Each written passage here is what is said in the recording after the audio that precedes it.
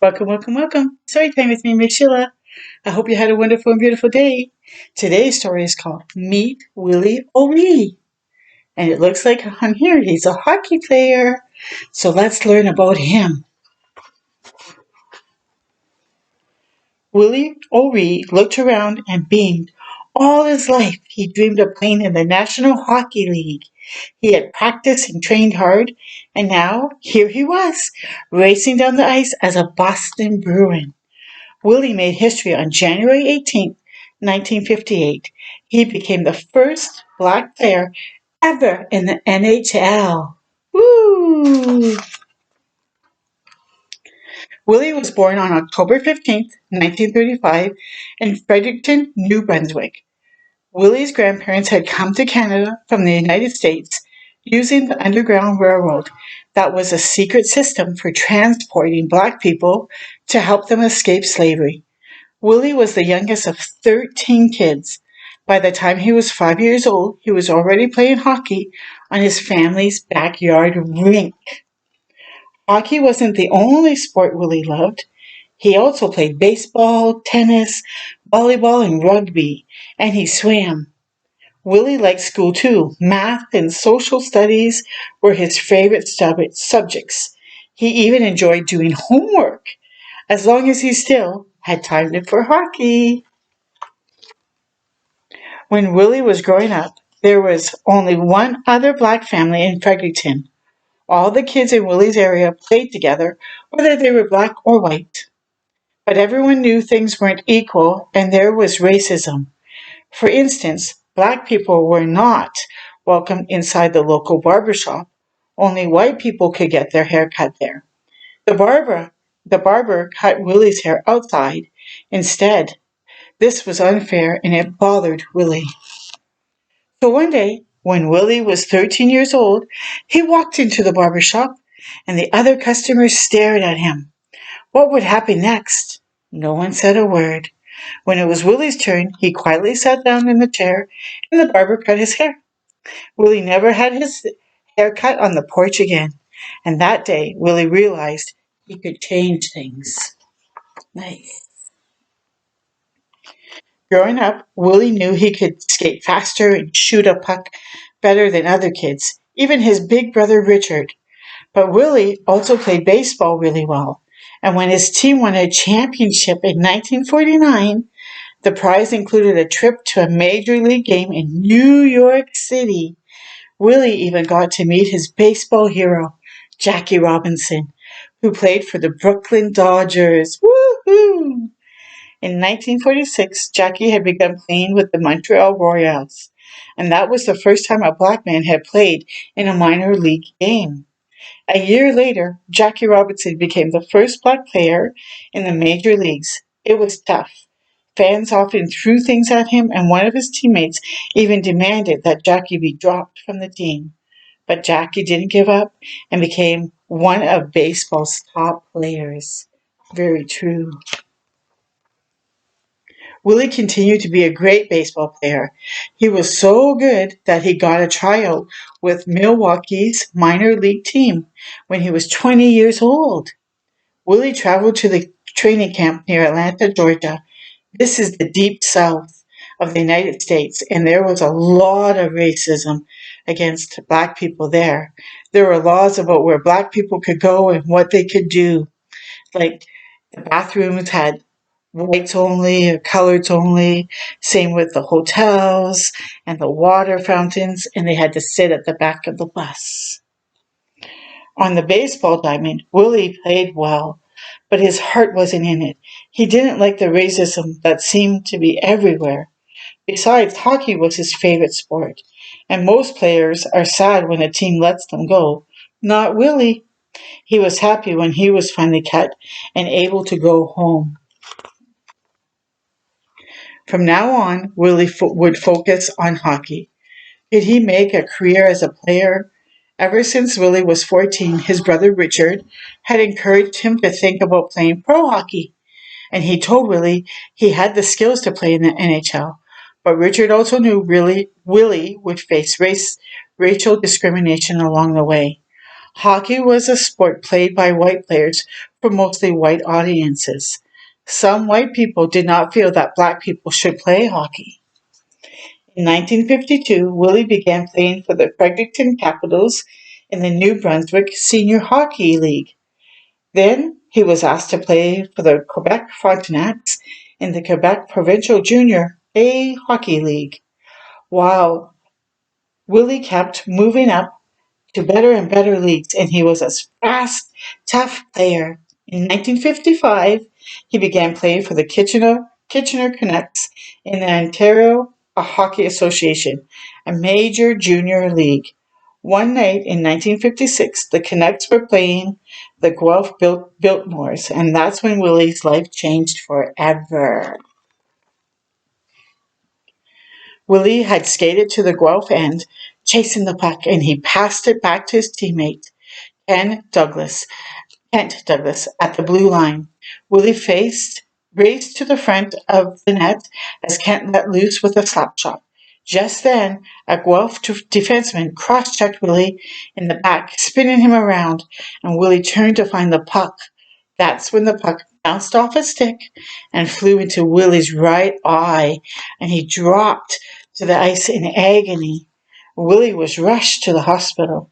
He was badly cut and had a broken nose and cheekbone. But even worse, Willie couldn't see out of his right eye. Oh no. What a disaster. Willie knew the NHL wouldn't allow a player who was blind in one eye. That's because he might get hit in the other eye and be left totally blind. So you see him laying out right there. Not easy. Willie couldn't accept that his hockey career was over. So about 8 weeks after his accident, he was back on the ice. It was really tough when Willie tried shooting. Since he played left wing and shot left-handed, he had to turn his head all the way over his right shoulder to see the puck. But the more Willie practiced, the better he got. It wasn't long before he was able to return to junior hockey. Willie didn't tell anyone in the Canucks how badly he'd been injured it had been injured. In his first game back, he was nervous. He flinched every time the puck came near him. And Willie knew he couldn't keep doing that. So he decided to play the best he could and make sure no one found out about his eye. He still dreamed of playing in the NHL. Willie played so well, he was signed by the Quebec Aces in the Quebec Hockey League. They were a professional team, and that meant Willie was getting paid to play the game he loved. And sometimes the Boston Bruins of the National Hockey League called up players from the Aces to replace injured players, and Willie was just one step away from his dream. In January of 1958, Willie got the call he'd been waiting for all of his life. The Boston Bruins wanted him to play for them, and Willie would be the first black player in the NHL. Willie knew he was just filling in for an injured player. He played one game in Montreal and one in Boston. Then he had to return to the Aces. Now getting back to the NHL became Willie's goal. Willie worked harder than ever. In December 1960, the Bruins called him up, and Willie was in the NHL again. On January 1st, 1961, Boston was battling the Montreal Canadiens. It was a tight game, and the Bruins were ahead 2-1. Midway through the third period, Willie took a pass and raced toward the Montreal net. He let a low shot rip along the ice. Goal! That was Willie's first goal in the NHL. People cheered for 2 minutes as he stood on the ice grinning. Willie's teammates loved having him on their side, but sometimes players on the other team called him names. They knocked Willie into the boards or hit him with their sticks. Then those bullies got mad when Willie fought back. And when Willie fought back, he was often the one who got a penalty. Today, NHL players who make racist comments receive fines and suspensions, but black players still sometimes get called names by players and fans. Willie played 43 games with the Bruins that season. He had many fans and was looking forward to returning to the next fall. But instead he was traded to Montreal and ended up with the Hull and Ottawa Canadiens in the Eastern Professional Hockey League. In late 1961, Willie was traded to the Los Angeles Blades in the Western Hockey League. He didn't even know there was a pro team there. But the Blades fans loved him, and Willie soon liked living in California. In 1963, the Blades got a new coach. The next season, he asked if Willie could switch to playing right wing because they needed a fast skater for that position. Willie had to adjust to taking passes on his backhand. It was difficult, but he worked hard and mastered it. Playing right wing worked so well for Willie that he won the WHL scoring title in 1965 and 1969. Willie was also voted onto 4 All-Star teams. Willie always hoped to play in the NHL again, but by now the league had found out about his eye. Instead, Willie played in other pro leagues, mostly for teams in California. Willie finally retired from playing hockey in 1979. He was 43 years old. Not many players stay in the game that long, but hockey wasn't finished with Willie just yet.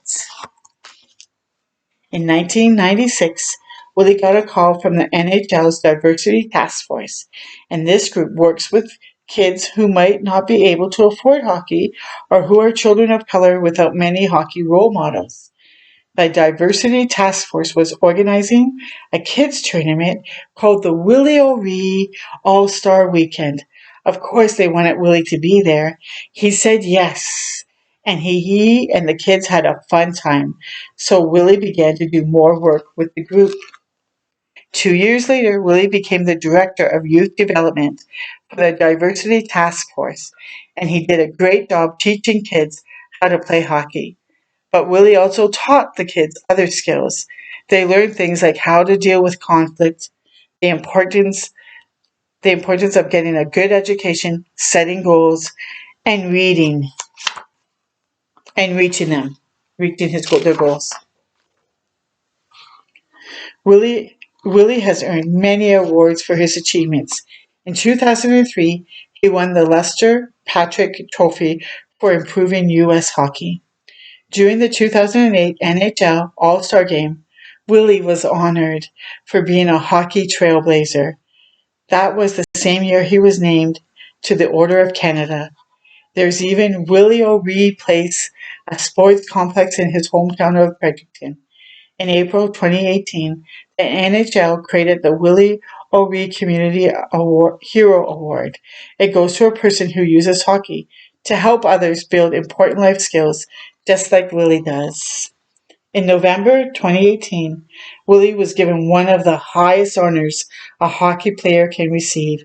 He was made a member of the Hockey Hall of Fame.